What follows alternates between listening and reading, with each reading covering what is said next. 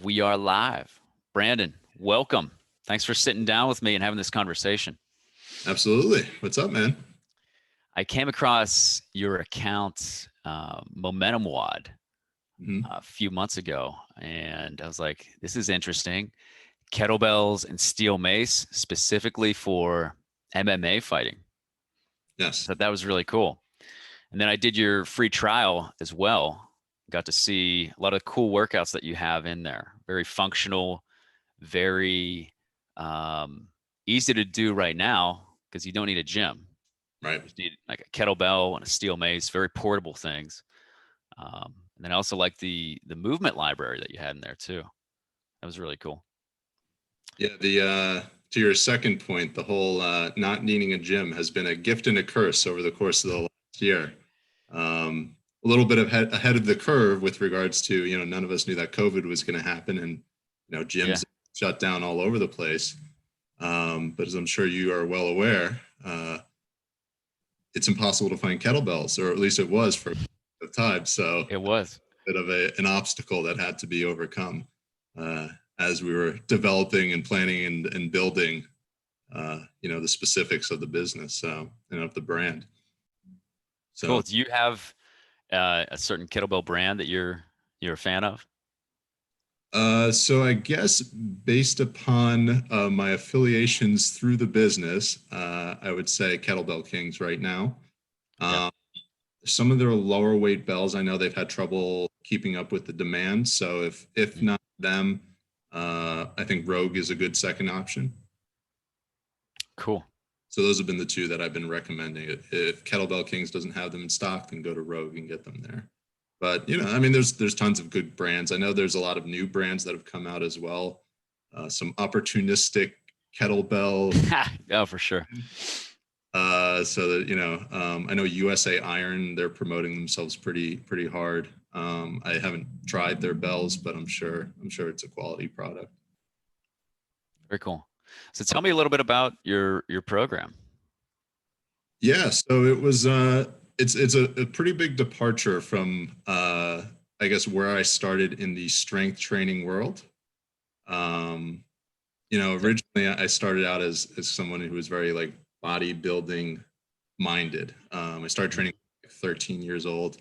I don't know if Nice. you read the book. Arnold Schwarzenegger has a book in like 1972 or something like that. It's called Definition of a Bodybuilder. Uh, Okay, I haven't read it, It's a but good read. You should definitely, if anyone hasn't read it yet, definitely check it out. It's what was interesting. the title again? Sorry. Education of a bodybuilder, Education. Okay. Cool. and it basically walks you through his how he came to be, Mr. Olympia, like the process of him learning how to lift weights and things like that. Um, but the book, I mean, it's very it's bodybuilding centric, obviously. So it's very isolated movements. It's all about hypertrophy. It's not about function at all. Um, so that was kind of like the realm that I originally started with weight training. And I loved it, and I did it for quite a long time.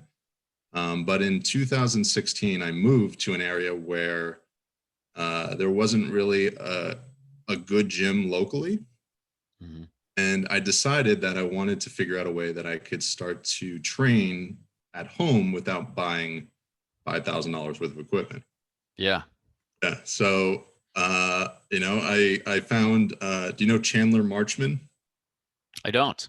No. So he's a guy, he's got a bunch of kettlebell workouts online.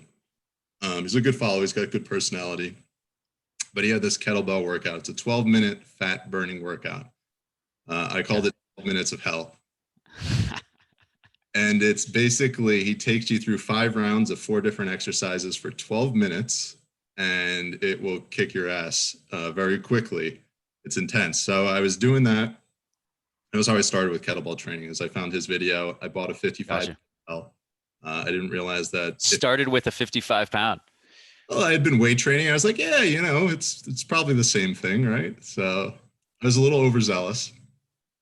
Um, and I remember going through his program and his one workout in particular, and it started with sets of snatches. And as I was working through snatches, my first time ever lifting a kettlebell, I remember continually hitting my forearm and feeling like it was like a tenderized meat by the end of the workout. And I was like, wow, like this kind of hurts. It's amazing people stick with this, you know? Yeah. Obviously my form was atrocious and, you know, still needs improvement, but it was fun. I enjoyed it. And it was very empowering to train in a different way, do so in a way that was so efficient, and feel like I was becoming a stronger person in the process. So that was where my Very cool. kettlebells first began. I know that wasn't your question. I'm coming back around to it, but Sure. I felt the need to describe that pathway to how I found kettlebells. I appreciate that. Yeah. But yeah, I started developing the business in 2019, I think. I spent a lot of time reading, researching, developing content, which has just started to roll out now, and that's, I guess, how we came to know each other. But yeah, it was just an idea. I had, you know, I'm a chiropractor by trade, and I have a very active approach to rehabilitation in my office, and I've utilized kettlebells as a tool for rehab. And a lot of my patients started asking me for training programs and training advice, and a contingent of those patients were athletes. And particularly, I trained jujitsu. Unfortunately, I'm on hiatus right now because I kept hurting myself, and it doesn't well with my profession. So I have a contingent of mixed martial artists and jujitsu practitioners that come into my office and that I train and work with. So it just seemed like a natural fit. As something, it was kind of a blend of all the things that I was passionate about, combined into one nice little package. So the aim of the programming is to provide athletes, particularly mixed martial artists, a means to improve their performance through daily prescription. And that's twofold. One is through the WODs. You know, it's kind of a little bit of a trendy word. Some people like, some people don't like it. I tell my patients who are not exercise centric what the business is called, and they're very confused by the word WOD. It's a little Yeah. off-putting, I guess. But Yeah. so the first way to develop performance is through exercise, right? So you do a daily workout that is aimed towards one of four goals. So I think predominantly when you're doing a strength training program or a weight training program, as an athlete, the aim is to develop strength, to develop stability, to prevent injury.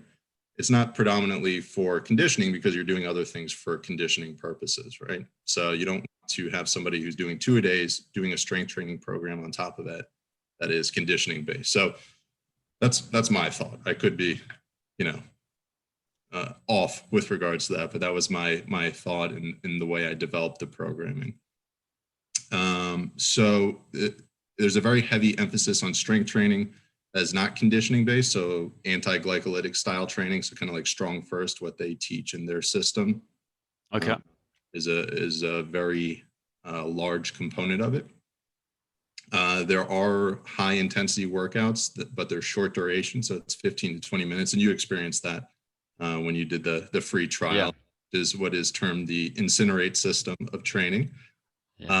And then there are workouts that are strictly steel mace, so it's lower impact. It's still, I'd say, moderate intensity, also short duration, which is the restore system. So it's aimed at more mobility and recovery than it is about, making gains with a Z, as they say. Yeah. The last system of training is what I've called the evolved system, which is more traditional in terms of it's taking the kettlebell and the steel mace and using it for hypertrophy. So stabilizing, building more muscle mass, things of that nature. So that's kind of like an ode to the past world that I came from with regards to training injected into this new world. So I tried to give a nice variety of types of exercise, with the foundation being kind of almost like a hard style kettlebell methodology. Very cool. To be honest, in my opinion, probably one of the most effective things you can do as an athlete looking to prevent injury, looking to gain strength, looking to develop stability. It does it all in a very short period of time. The hard style approach specifically? Kettlebell training, but that's kind of the approach that Kettlebell training. Okay. I've taken to, over the course of doing this. Why do you think it's so effective? Well, a couple of reasons. I think inherently, and you mentioned it earlier, I started out with a 55-pound kettlebell, and you're like, to somebody who was just starting out, that's crazy, right? And it's because, when you're training with a kettlebell or you're training with a steel mace, it's a very dynamic implement, right? It's not balanced the same way a regular weight is. It's more real life in terms of it's going to, the skills you learn are going to apply more directly towards functional activities, right? So, when you're training with kettlebells in particular, you have to accommodate for that lack of balance. And that involves being more stable. They term it packing the shoulder, bracing the core, squeezing the glutes, whatever it might be.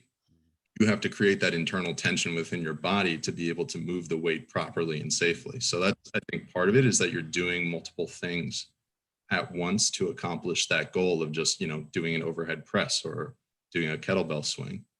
I think that's one component of it. There's a lot of compound movements that are emphasized with kettlebell training. Obviously you can do, the hammer curl with the handles of the, the bell, but that's not really serving the athlete in any way or serving somebody who has functional goals in any sort of way. So, when you do something like a swing, it might appear like a lower body movement or an upper body movement, but the reality is you're using your entire body to facilitate that movement. So I think that draws me to it in terms of something for performance and something for rehabilitation as well.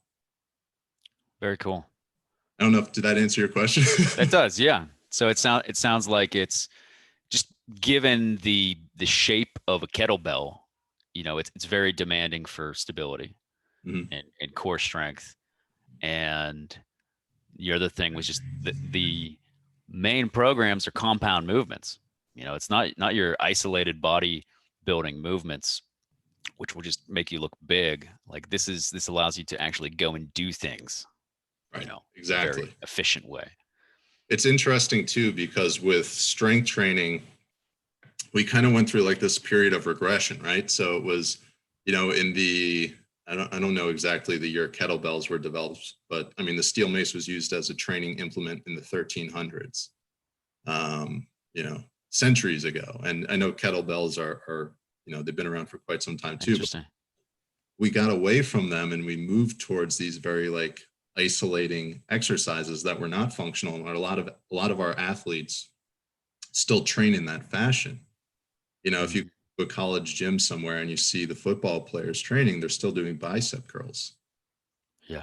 And how many of them are lifting with kettlebells? Not many of them. And they should be, because there's a lot to be gained from those explosive, powerful compound movements from a performance standpoint and from an injury prevention standpoint. So I feel like we're heading back into a positive direction in the world of weight training. And, you're helping to facilitate that by getting the word out there. But I think there's still more people to get on board, because it's I think it's a revolution in terms of the style of training and what it can do for people, whether as an implement for performance or an implement to rehab people to get them back to performing the way they want to. It's wild. It's such a great return on investment, Yes. with that in terms of time input and money. Yeah. You mentioned steel maces have been around since the 1300s. That's the first I've heard that. Do you know where they were first developed? I have an article that I wrote about it on my website, Cool. momentumwod.com. I don't remember off the top of my head the origin, but they were originally used by wrestlers as a training implement. So the way that I phrased it was well, it was used by wrestlers, and then they were used in combat as well. You know, you swing a mace and hit someone, they're not gonna fare very well. So is it Yeah. originally an implement used for combat or used in combat, and now training mixed martial artists with it, it's being used for combat. So it's kind of ironic that that's kind of the lineage that the steel mace has taken over. Yeah, but I don't know. I'd have to look that up again. I have it written down somewhere. So Cool. I think the company Set for Set, they recently published an article about the history of the steel mace on their website as well. So you could look into that a little bit more. I haven't read it yet. I'll have to read it as well. Very cool. I'll check that out. Have you ever, outside of the program that the Momentum WOD program that you tried, had you trained with steel maces before or no? I've done a little bit of basic steel mace movements, typically in the context of steel mace flow. Okay. Yeah. So I know some guys that are steel mace flow instructors, and they've been coaching me a little bit. That's cool. It's almost like it is like an art form, you know. It's Absolutely. Yeah. It's impressive, some of the stuff they do. Yeah. And I'm still amazed by how taxing just a 10-pound weight can be. Yes. You know, that's all the beauty of it. Yeah. So you don't need much to get a lot done. For sure. You mentioned there were 4 components in your program. Yep. Could you go back through those again, please? Yeah. So the main pillar of the training program is what I've called the fortify system. So you're forging a powerful and resilient body is basically the goal of the program. So power and stability, and that is with anti-glycolytic training. So for those that aren't familiar with anti-glycolytic training, the way that it is performed is that, you know, our typical thought is that, you know, you should be, you know, high intensity all day, every day, right? Like if you're not sweating profusely and breathing heavy for the entirety of your workout, you're doing yourself a disservice. If you're not, you know, getting those muscles to burn and getting that lactic acid really get fired up, and you're not sore for the next 3 days afterwards, you're doing yourself a disservice.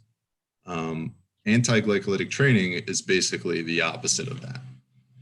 Okay. So the thought is that you have different energy systems within your body that perform different functions. So you have what are called glycolytic systems and anti-glycolytic systems. And anti-glycolytic systems don't create the waste product that is lactic acid. So in order to do that, you have to work out at a fairly short duration, and you have to do so with an adequate amount of rest in between sets. And what it's best for is developing power. So that is kind of the foundation of the programming, and you'll see the most fortified system workouts within the Momentum WOD programming. For the reason that I mentioned earlier is that, you know, if you're an athlete and you're training 2-a-days, your weight training program shouldn't further, you know, exhaust your nervous system and your endocrine system. You know, you need something that will help to facilitate gains in strength, but doesn't set you back at the same time. So that's why I've placed such a heavy emphasis on that, and why I think it's important that athletes train in that fashion. So that's component 1. What's an example of a typical working and resting set? Timing. So I don't know. Strong first released a book called Simple and Sinister, which is a pretty popular book within the kettlebell community. And the premise of the book is basically you need 2 exercises to do a full body's worth of work from a strength standpoint and a stability standpoint. So the workout is 10 sets of kettlebell swings. You can either do 1-arm swings or 2-arm swings. and 10 repetitions of alternating Turkish get-ups. And in between each set, the test of whether or not you're fully recovered is, can you say a full sentence without having to gasp for air? So that's kind of just like they call it the talk test in the world of exercise physiology, but that's kind of a general way to tell, are you adequately recovered in between sets? And the thought is that if you have rested an adequate amount of time in between your sets, you should be able to exercise essentially forever. Because you're allowing that energy system, you're taxing it, and then you're allowing it to recover, and taxing and allowing it to recover, and you're not hitting that point where there's actually metabolic waste products as a result of that style of training. So Cool. for me, when I'm training in that fashion, I'll do my 10 kettlebell swings, or sometimes I'll do like 20 two-handed swings. Mm-hmm. And a good cue is that you're not losing power through the set. You should be pretty consistent with your power output. And then after I finish my set, it's usually a 90-second rest or a 2-minute rest, and then I'll go back into my next set. And obviously it depends on your level of conditioning. I'm not a professional athlete. If you were a professional athlete, you might not need that much rest. But for me, that's kind of the sweet spot, about 90 seconds, where I feel ready to go into the next set without, I'm not gasping for air. I can say a full sentence, and I feel pretty well recovered at that point. Cool. So, very cool. What's the second pillar?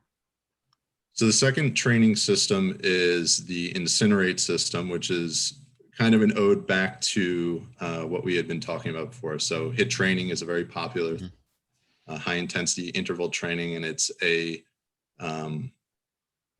cousin of that essentially. So you're working based off 2 different styles of training, AMRAPs, as many rounds as possible, and EMOMs, which are every minute on the minute workouts. I don't like doing these a ton for the aforementioned reasons, but they are peppered into the programming, and they're always followed up with the steel mace system to allow your body a chance to recover the following day, which is the restore system. Cool. Named. Yeah.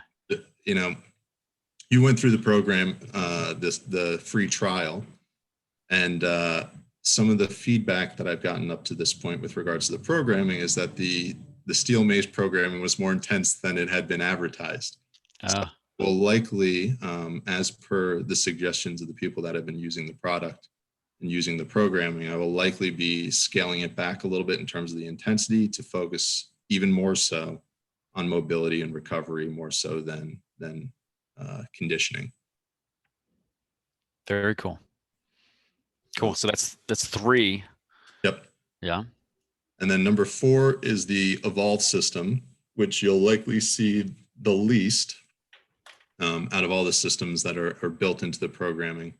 And the idea behind that is just kind of building or incorporating in standard strength training exercises into kettlebell training. So it's less compound movements, more supersets, not to the point where you're necessarily exhausted after having performed the workout, but kind of like for example, some of the exercises that are in there would be like, if you're doing a push pull day, like a row to a clean, or just a 1-arm row with a kettlebell, and then supersetting that with a dead bug chest press. So things like, if you're a true purist with regards to your kettlebell training, you'd probably off that a little bit. But things that still have functional applications for, grip strength or, stability, but are done so in a slightly different manner. So I wanted to provide a way for people to do things that they were familiar with while still utilizing the equipment. And I felt like that's kind of like the liaison between the 2 styles of training for people. Cool. So the program will guide you through following those steps, right? And then go ahead. And then what are the paths available to people, to your clients? So as of right now, there's a general subscription and a yearly subscription. The general subscription is month to month, and it is including those 4 systems of training within the package. Okay. And along with that, you get video instruction of how to perform all of the exercises. So there's links in every single workout as to how to do the exercises that are within that workout. And then you also have access to every past workout that's ever been produced. Cool. So I've deemed that the vault, Yeah. a vault of past workouts. So if you, for instance, had a workout that you liked a lot, or if you had for like an AMRAP workout, as many rounds as possible. If you got 4 rounds last time and you want to shoot for 5 rounds this time, you could pull up that workout and try to beat your personal best. So it gives you a lot of options in terms of the programming that's available, the style of programming that's available, depending on your goals, how much time you have. And there's ways to filter through all of these things as well. Okay, cool. Where you can pick based upon, if you have a specific goal, conditioning, you might lean more towards the incinerate system. If you have a goal of strength, you might lean towards the fortify system. If you know you only have 15 minutes a day to work out, it will break it down based on those workouts that fit that criteria. So you can access all that based upon what you need specifically. Very cool. And then how much equipment do you recommend a person has to start out? So that's a good question. I guess it depends, right? It depends on how familiar you are with the equipment and what level of conditioning you already have. Generally, for someone who is, has maybe a little bit of exposure to weight training in some capacity, but has never used a kettlebell before, I would say, or a steel mace, starting out with a 7 or a 10-pound steel mace is probably a good place. One or the other, depending on your body habitus and your strength. And then for a kettlebell is a little trickier, right? Because you have these compound movements like a swing or a snatch, where you'd probably want to go a little bit heavier with the weight as opposed to some of the stricter movements like an overhead press, a military press, something like that. So in an ideal world, you're probably getting 2 kettlebells, 1 steel mace. Okay.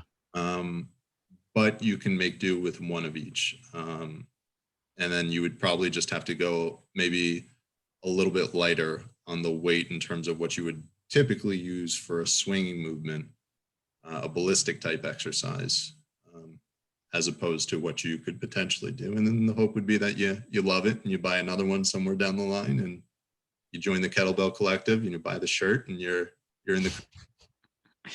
That's right. I mean, this makes your workouts 33% more effective just by wearing it. I believe it. I believe it. It's very well studied. I have to get myself one. I haven't bought one yet, but I'll have to. Yeah. We can make that happen. How to do so. As well as everybody who watches this, I'd highly recommend. You're invited. Everybody's included here. Cool. Awesome. So cool. So we can go to your website and sign up for the program, but then you also have the links to pick up a mace and a kettlebell too, right?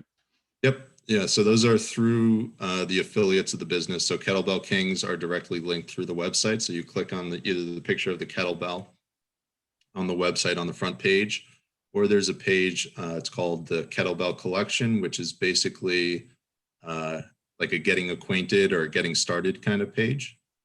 And on there's a link to buy equipment as well. And that will take you to Kettlebell Kings and it will give you access to their entire inventory in stock. And then the same thing for Steel Mace. It will take you to the Set for Set website, who I am affiliated with for Steel Mace sales. And you'll have access to their entire inventory as well. And I've been made privy to the information, and I think they've announced at this point, they've started pushing some marketing, but Set for Set is also coming out with kettlebells as well. So you could potentially get both pieces of equipment from Set for Set if if you only wanted to make one stop on the internet. Cool. Maybe save some money on the shipping. Yeah, maybe. I always wonder Very, how you do that. It seems expensive shipping giant metal cannonballs. yeah, I've yet to order one, but I imagine it's not cheap for sure. Yeah. Cool. So you have a free 7-day trial. How do people sign up for that? So if you go to the website, momentumwod.com, right in the header of the page, there's a link to sign up for the free trial. We'll take 2 clicks. You have to click 7-day free trial and then click it again. It will take you to the membership page where you can do so. Or you can bypass those steps and go to momentumwod.com/choose-your-membership. And you can sign up for a 7-day free trial there. There's no obligation. You cancel at any time. And then if you do decide that you like it, the training is for you, you're getting something out of it, and you decide you want to become a member, there's also a 30-day risk-free guarantee associated with the membership. So if you sign up Sick. and you decide 15 days in, you know what, I'm really not enjoying this, isn't for me, you can get your money back. So there's really no risk involved. And, it's put a lot of time, energy, effort, and thought into the programming. So I hope people enjoy it and can make good use out of it. There you go. It's risk-free, people. Do it. Do it. And if anybody has any questions or anything, what's the best way to get a hold of you or your team? So you can reach out to me through the Momentum WOD email, info@momentumwod.com, or through social media, at Momentum WOD on Instagram, Momentum WOD on Facebook. I have a Twitter account that I have no idea how to use as of yet. So you can try to tweet me, but I can't make any guarantees there. And then my personal Instagram is Brandon_spine and fit. And you can reach out to me there as well. And I'd be happy to answer any questions or, any feedback anybody wants to provide as well. I'm open to it. I'm not going into this with an ego. I'm going into this trying to make the best possible product to help people achieve their performance goals. And whatever it takes to do that, that's my aim. Awesome. So, and I got feedback yesterday, which I'm looking forward to incorporating some of those things as well. Cool. Is there anything else you'd like to share? Yeah, I figured, I work as a chiropractor. I think I mentioned that already. Mm-hmm.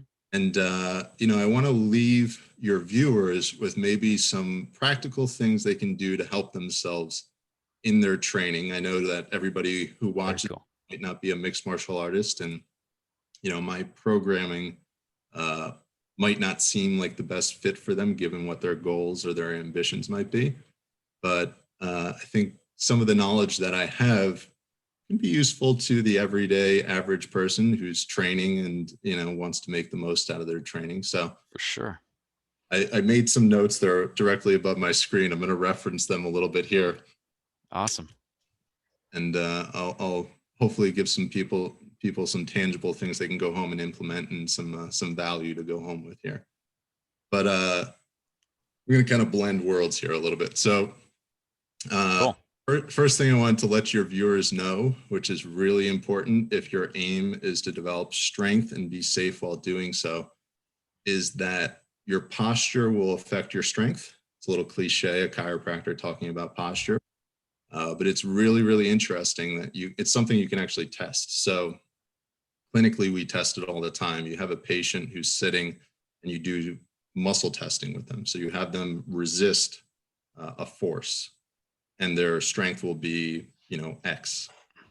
And if you have them improve, fix my posture. I saw that. I'm not judging here. So I do too. We all do it. So if you have the patient improve their posture, the individual who's training improve their posture, and then you retest their strength, they'll actually test stronger in an upright neutral posture as opposed to a slouched posture.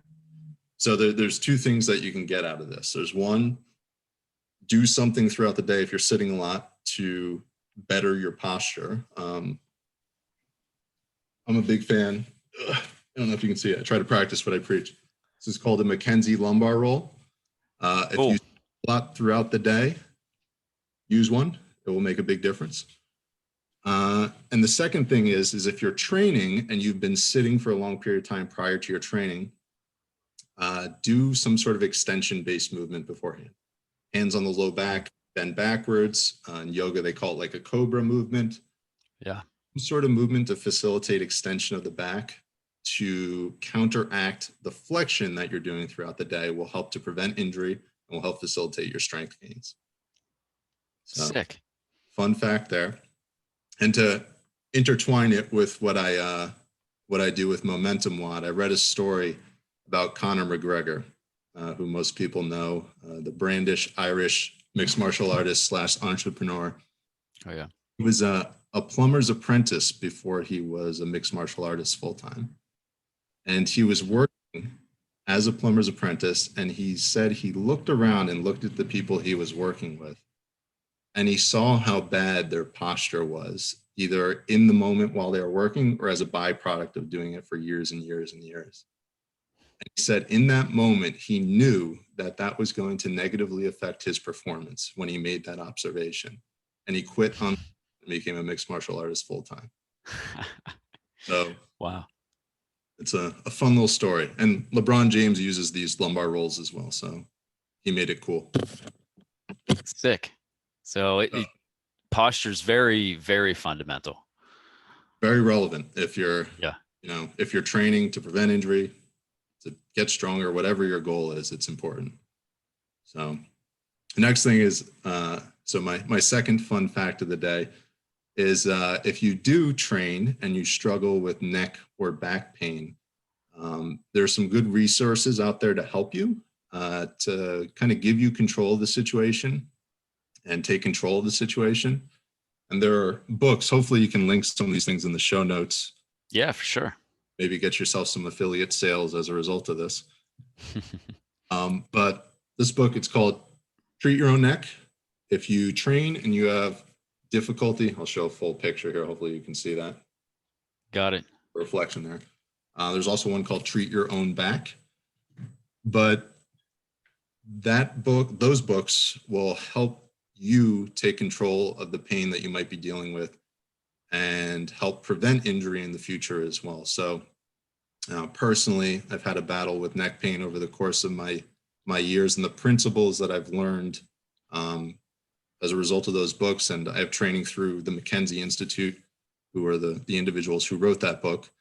They go a long way for helping you take control of the situation. So if you or somebody you know is in pain, those are good ways to approach your pain and to facilitate whatever your goals are, whatever it is you like to do, so it doesn't get in the way. So do they give you like a handful of exercises to do throughout the day? They give you, so it's based on the premise that when you have pain, it's a byproduct of you going into certain postures, positions, or movements too much. And for certain people, or for most people, there is a predilection towards a specific movement in general that you have the habit of going into. And as a result of that, the solution to that is putting yourself into the opposite position of whatever caused the problem.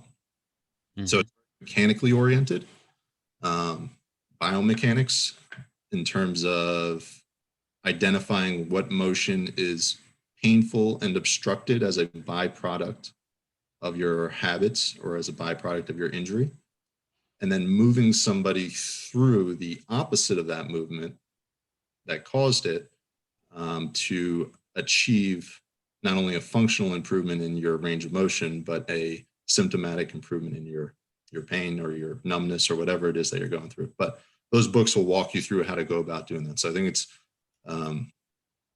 training doesn't come without injuries from time to time. So I think if you are with those sorts of things, I think those are a good resource for you to help manage those things.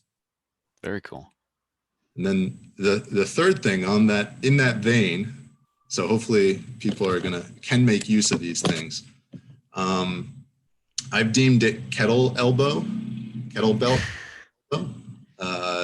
lateral epicondylitis, tennis elbow, a lot of people call it, but it was an injury that I struggled with initially when I started training with kettlebells. I don't know if you've had a similar experience, but I'm sure I have. probably not the only one. Yeah. When I wrote it down, it came out much smoother. Kettlebell elbow, kettlebell bow. Ends together, right? It's a very specific thing. It's a condition. Yeah. Yeah, but I think a lot of people struggle with it as a byproduct of kettlebell training. And the thought, I'll give a little tutorial here. Cool. You have a lateral epicondylitis or a kettlebell elbow.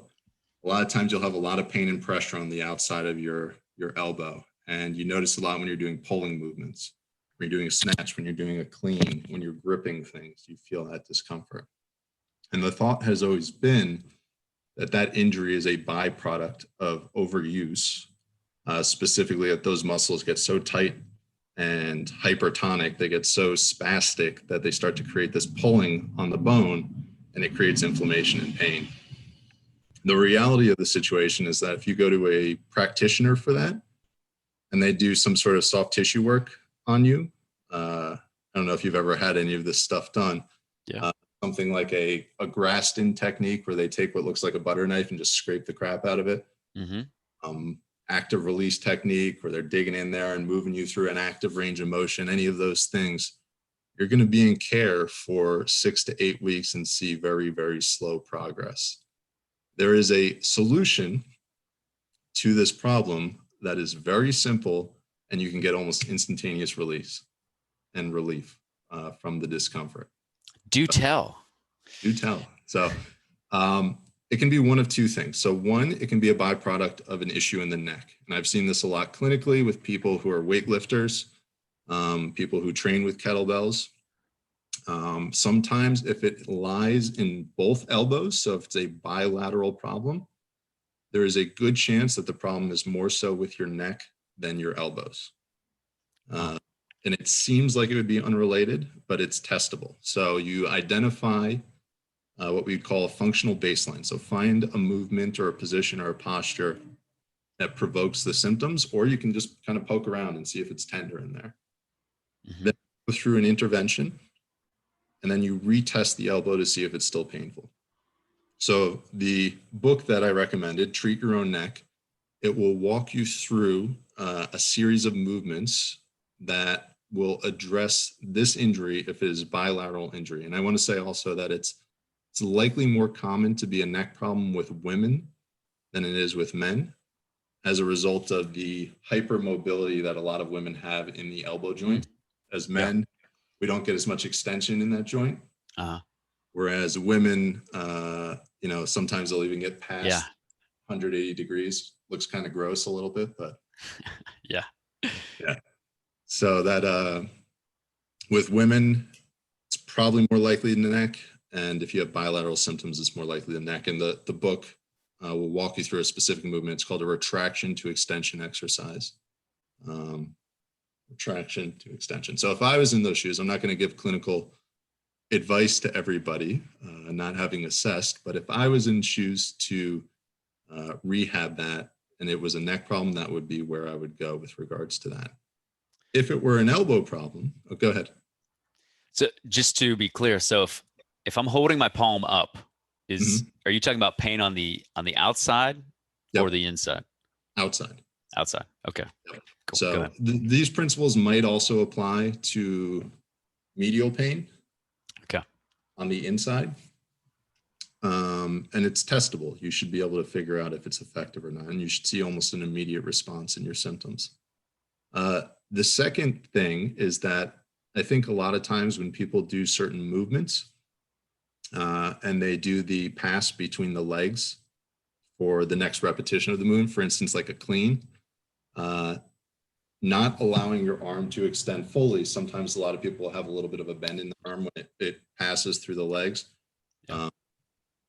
As a byproduct of that, it's kind of the same principle we talked about with regards to posture.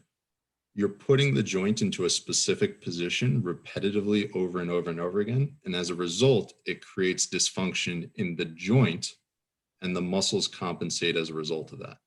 So what comes off as a muscular problem is more likely an issue with the surrounding joints. So if repetitive flexion is what is causing the injury, if I was in the shoes of somebody who is having that issue, I would gently put that joint into extension repetitively, end range extension, Mm-hmm. load it into that range of motion, and then retest the functional baseline as to what was painful beforehand. And I think what a lot of people will find is that if you can gently mobilize that joint into extension, and there's iterations to this, I'm not going to get into too much detail. Yeah. But if you do that, I think a lot of people will find that that injury improves much quicker and with much less discomfort than going the alternative route of having Graston technique on their forearm for 8 weeks. And it's So in control. just putting it into extension? Yep. So the way I would do it for you here, hopefully you can see. I'm in my office right now, so I don't know if the lighting is good. We can see it. You're good. So there's a surface down here. I would brace my hand on the surface. Okay. Without bearing my weight all the way on the surface, I would just use kind of a fulcrum point. Take my hand, place it behind the elbow, very gently push it into extension till I get some resistance, and then ease off that range of motion. Pressure on, pressure off. And I would just kind of grease that joint through that range of motion 10 to 15 times. And if it is a motion that is going to be therapeutic, which it will for some people, not for everybody, but for some people, they should show almost an immediate improvement in their symptoms, meaning you go back to pick that kettlebell back up and you don't have that discomfort anymore. And it will likely return because you're likely going into that flexed position again.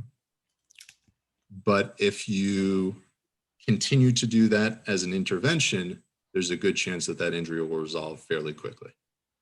Very cool. I love hearing little secrets that address the problem without addressing what you think the problem is, or where you think the pain is. Yeah, is it a symptom or is it an underlying cause? Right. So also fairly cliche for a chiropractor to say, but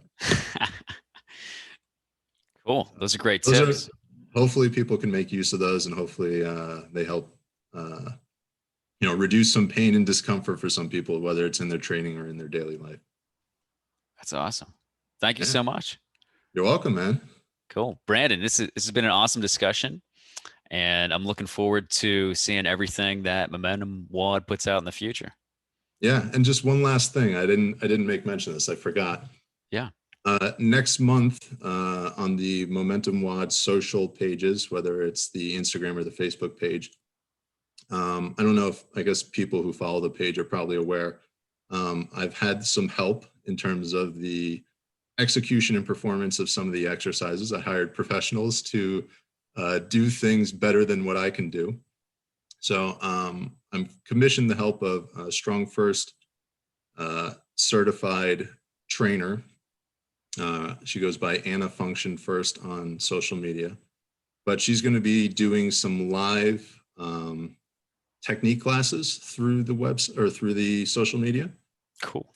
So once a week technique, and then also doing once a week workouts on the weekend.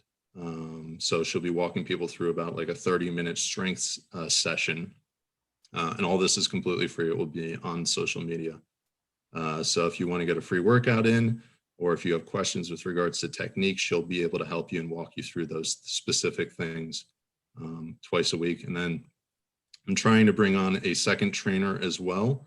So we're in talks, and hopefully I'll have another set of eyes that I can have help facilitate people achieving their strength goals, achieving their performance goals, and just getting more acquainted with kettlebells, because I think there's a lot of value to training in that fashion. And then, eventually I'll have a steel mace trainer as well, but we're focusing on kettlebells because that's a bulk of the programming right now. So very cool. So that'll start in February? Beginning of February is what we're shooting for. So keep an eye out for that. I'll start pushing some advertising for it in terms of making people aware.